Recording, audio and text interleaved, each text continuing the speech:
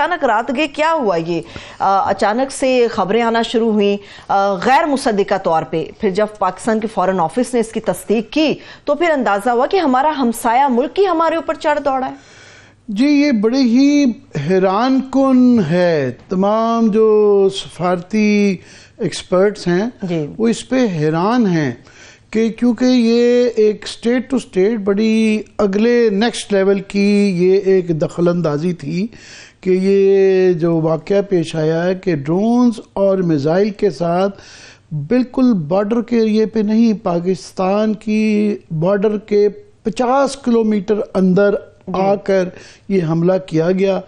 2 بچے شہید ہوئے اور 3 بچیاں جو ہیں زخمی بتائی جا رہی ہیں.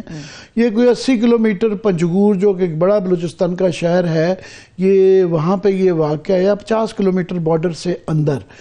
اب ہوتا یہ ہے کہ ماضی میں ایران اور پاکستان کی ایک تاریخ رہی بھی ہے کہ پچھلے سال فار ایگزامپل جو ہے ان کی فورسز گھس کے یہاں سے وہاں سے دہشت گرد آئے تھے پاکستان میں، بارڈر کراس کیا، بلوچستان کے اندر آئے اور ہمارے سیکورٹی فورسز کے اہلکار شہید ہوئے.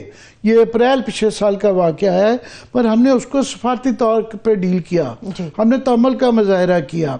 اس سے پہلے بھی 1-2 دفعہ یہ چیز ہو چکی ہے، کئی دفعہ وہ تھوڑا سا بارڈر کے اندر آ بھی جاتے رہے ہیں. 2013 میں بھی ایک دفعہ بڑا واقعہ ہوا تھا، پر سب سے بڑا جو واقعہ رہا ہے کہ ہمارے پاس کلبھوشن یادو، لوگ بھول جاتے ہیں، وہ ایران سے پاکستان میں آیا تھا، ایران کے ذریعے کیا گیا تھا، وہ وہاں پہ پوسٹڈ تھا اور وہ اب ثابت ہو چکا ہوا ہے کہ وہ ان کا انڈیا کا جاسوس تھا، کہ باقاعدہ انڈیا ایران کو استعمال کر رہا ہے ہمارے جاسوس میں. ایک تو ہے نا ہوا میں بات، یہ ایک مصدقہ ثبوت کلبھوشن یادو کی صورت میں ہمارے پاس موجود ہے. ہم نے اس کے باوجود جو ہے تحمل کا مظاہرہ کیا. اب یہ جو واقعہ ہو جاتا ہے تو ہمارے لیے بہت بڑا کوسچن آ جاتا ہے کہ ایک اس کو سمجھنا کہ یہ ہوا کیا ہے، دوسرا کہ جو ہوا ہے تو ہمارا کیا رویہ ہونا چاہیے. ظاہر ہے ہر ملک کے اندر ہاکس اینڈ ڈوز ہوتے ہیں. جو ہاکس ہیں وہ ان میں بہت زیادہ لوگوں میں غصہ پایا جا رہا ہے کہ ایک چیز کی سمجھ نہیں آ رہی کہ یہ ہوا کیا ہے. کیونکہ جب اس طرح کی معاملات ہو رہے ہوتے ہیں پھر ہمارے اور ایران کے درمیان میں کافی اس طرح کی لیئرز ہیں. ہمارے ان کے ساتھ معاہدے ہیں کہ وہ آپ اشارن کنائن یا زبانی یا لکھ کے بتلا دیتے ہیں کہ آپ کے ہاں سے یہ ایلیمنٹس ہیں، ہمارے ہاں یہ آ رہے ہیں، ان کا سدباب کیا جائے. جو ہمیں نہیں بتایا گیا تھا ریسنٹلی جو ہے کچھ عرصہ پہلے ان کے جو نمائندہ خصوصی افغانستان کے ہیں، ان کے پاکستان کے وزیر خارجہ، نگران وزیر خارجہ جلیل عباس جیلانی صاحب سے ملاقات ہوئی. ابھی کل پرسوں تصویر چھپی ہوئی تھی ڈیووس میں ہمارے نگران وزیر اعظم کی اور ان کے وزیر خارجہ کی ملاقات کی. اس طرح کی کوئی خدشات کا اظہار نہیں کیا گیا، کوئی لکھت پڑھت نہیں ہوئی. اور جب ہوتی ہے تو پہلے آپ سفارتی طریقے کرتے ہیں، سفارتی طریقہ نہیں کیا بنایا گیا. سیدھا جب یہ بالکل ہوا تو ہر لوگ حیران ہیں کہ یہ ہوا کیا ہے. یہ ایک دم سے جو اتنا ایکسٹریم ریئیکشن ہے، یہ کئی دفعہ ایک قسم کا جب 50 کلومیٹر اندر میزائلوں کا حملہ ہوتا ہے، یہ قسم کا جنگ کا ہی ایک طریقہ ہے. یہ ایک اعلان جنگ کی بھی ایک انٹرپریٹیشن تشریح کی جا سکتی ہے. تو جو غیر ذمہ دار ملک ہوتے ہیں وہ نیز جرک ریئیکشن بھی کر جاتے ہیں کہ ٹٹ فور ٹیٹ کر دیا جائے. عدلے کا بدلہ اس طرح تو افغانستان بھی نہیں کرتا. تو ایک تو یہ ایران کی اس پہ بہت زیادہ مزید یہ ہے کہ غیر ذمہ دارانہ رویہ رہا ہے. آفیشلی ان کا بھی کوئی بیان بالکل نہیں اس طرح آیا، مگر ان کی تسنیم ایک سیمی آفیشل نیوز ایجنسی ہے ان کی طرف سے، اور ان کے جو پاسداران ہیں ان کے ایک جرنیل صاحب کا یہ بیان آیا جنہوں نے اون کیا ہے کہ بالکل کیا ہے، اور انہوں نے کہا ہے کہ میزائلوں کا حملہ کیا گیا ہے.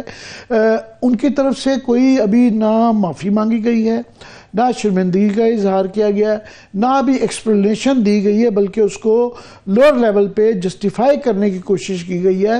تو ابھی تک تو ظاہر ہے ابھی پاکستان نے، ظاہر ہے ہم ایک نیوکلیئر سٹیٹ ہیں، ایک ذمہ دار ملک ہے، تو ہم نے ابھی میجرڈ رسپانس دیا ہے. ہم نے اپنے سفارتی تعلقات ان سے ڈاؤن گریڈ کر لیے ہیں کہ ہم نے اپنے وہاں سے امبیسڈر سفیر صاحب واپس بلا لیے ہیں، اور ان کے سفیر صاحب پہلے ہی ایران میں چھٹیوں پہ تھے، ہم نے ان سے کہا آپ واپس نہ آئیں.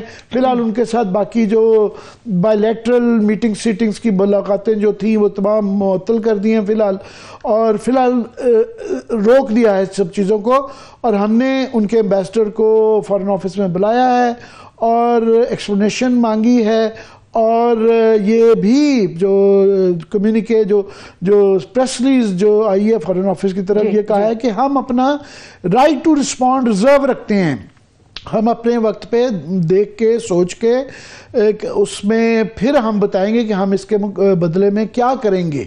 فی الحال مگر ہم ابھی ڈپلومیٹک لیول پہ جو کہ ذمہ دار ملک جو کیے جاتے ہیں ہمارے لیے، کیونکہ بہرحال ہمارا برادر اسلامی ملک ہے، ہمسایہ ہے ایران، اور ہم نے ہر دور میں کوشش کی ہے کہ جب سعودی عربیہ سے حالانکہ اور یو اے ای سے ہمارے بڑے اچھے تعلقات ہیں، مگر ہمسایہ ملک کو دیکھتے ہوئے ایران ہم نے بیلنس کرنے کی کوشش کی ہے.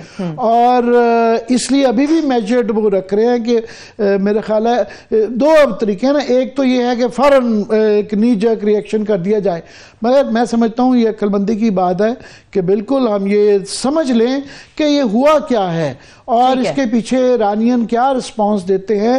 ابھی تک ان کی طرف سے کوئی ذمہ دار، آپ دیکھیں نا، عامر صاحب جو ان کی سرکاری نیوز ایجنسی تھی وہاں سے یہ سارے لنک جو ہیں یہ ریموو کر دیے گئے ہیں، جو وہ پہلے لگا مگر ان کے بیانات بھی آئے، اس میں شک تو نہیں رہ گیا. ان کے پاسداران کے جرنیل کا ایک کا بیان آیا ہے، دوسرا ان کے جو تسنیم جو news semi official news agency ان کی طرف سے یہ کیا گیا ہے.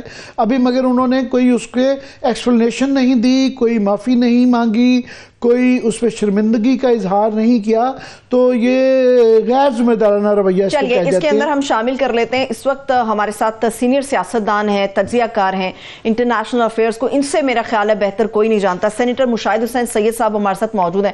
سر بے حد شکریہ آپ کے وقت کے لیے. جی شاہ صاحب، آپ سے زیادہ اس کے اوپر کوئی تبصرہ نہیں کر سکتا، کیونکہ آپ جو ہے سینٹ کی اسٹینڈنگ کمیٹی جو ہے فارن افیئرز کی، اس کو بھی ہیڈ کرتے ہیں، اور آپ اس سارے معاملات کو بڑے بغور دیکھتے رہے ہیں. تو یہ بتائیں کہ یہ کیا ہوا ہے، یہ کیا اس واقعے کو کیسے آپ تشریح کر رہے ہیں اس کی؟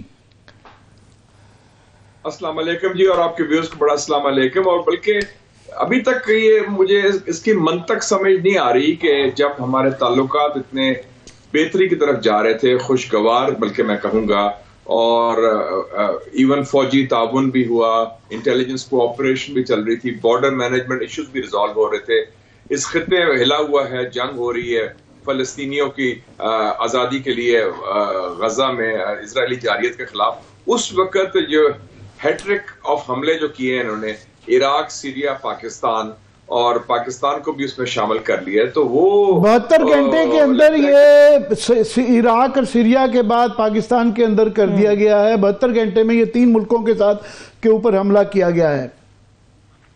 بالکل.